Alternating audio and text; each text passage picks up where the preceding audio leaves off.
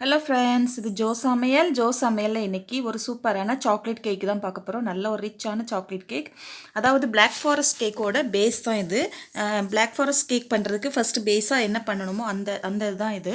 ஆனால் நான் வந்து க்ரீம் எல்லாம் பண்ணலை, சாதாரண கேக் மட்டும் பண்ணியிருக்கேன். இது வந்து சாப்பிட்றதுக்கும் ப்ளெயினாக சாப்பிட்றதுக்கும் ரொம்ப நல்லாயிருக்கும்.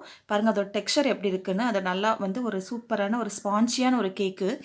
இது பண்ணுறதுக்கு நான் வந்து 1.5 கப் அளவுக்கு சுகர் எடுத்திருக்கேன். அதை பவுட்ரு பண்ணணும்னு தேவையில்லை. அதே மாதிரி 1.5 கப் அளவுக்கு மைதா, ரெண்டையும் ஒன்றா சேர்த்துக்கலாம். ஒரு 3/4 கப் அளவுக்கு கொக்கோ பவுடர். அந்த 1.5 கப் மைதா 1.5 கப் சுகருக்கு வந்து 3/4 கப் அளவுக்கு கொக்கோ பவுடர், 1/2 டீஸ்பூன் அளவுக்கு பேக்கிங் சோடா,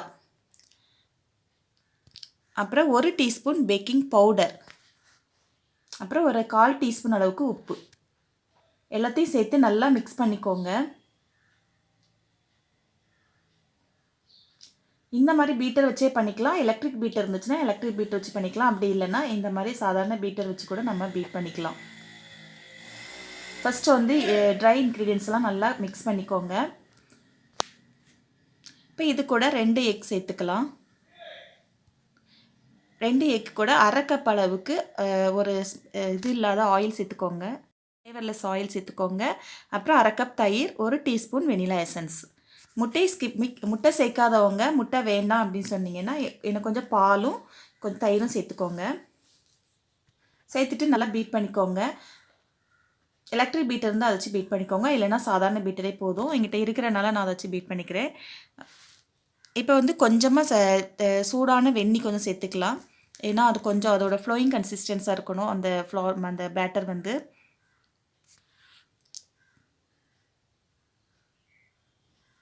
இந்த அளவுக்கு இருக்கணும். அப்படி இல்லை கொஞ்சம் திக்காக இருந்துச்சு அப்படின்னா எனக்கு கொஞ்சம் வெந்நீர் சேர்த்துக்கோங்க. இப்போ வந்து நான் வந்து இதை வந்து ஒரு மோடில் ஊற்றிருக்கேன். இது வந்து பால் காய்க்கிற ஒரு அலுமினிய டின்னு தான், சாதாரண ஒரு டப்பா தான். நான் ரவுண்ட் கேக் வேணும் அப்படிங்கிறதுக்காக தான் நான் இந்த இது யூஸ் பண்ணுறேன். சுற்றிலும் பட்டர் பேப்பர் வச்சுட்டு கொஞ்சம் உயரமாக வச்சுருக்கேன். ஏன்னா நல்லா நல்லா பொங்கி வரும், அதனால தான் நல்லா மேலே வரைக்கும் வரும். அதனால் சுற்றிலும் நான் பட்டர் பேப்பர் வச்சு விட்ருக்கேன் கொஞ்சம் உயரமாக. இதை வந்து 180 டிகிரியில் 30 to 40 மினிட்ஸ் ஆகும் பேக் ஆகிறதுக்கு. அதை நம்மளோட வச்சுருக்க இந்த பாட்டை பொறுத்து. பாருங்கள் எவ்வளோ சூப்பராக வந்திருக்குன்னு. இது வந்து பால் காய்க்கிற பானை கொஞ்சம் உயரமாக இருக்கனால நான் உயரமான கேக் வேணும்னு வச்சுருக்கேன். நீங்கள் ஒரு ஃப்ளாட்டான ஒரு ட்ரேயில் வச்சிங்க அப்படின்னு சொன்னீங்கன்னா 30 மினிட்ஸ்லேயே வந்து கேக் வந்து பேக் ஆகிடும். எனக்கு வந்து 40 to 45 மினிட்ஸ் ஆச்சு. பாருங்கள் எவ்வளோ சாஃப்டாக எவ்வளோ சூப்பராக இருக்குன்னு.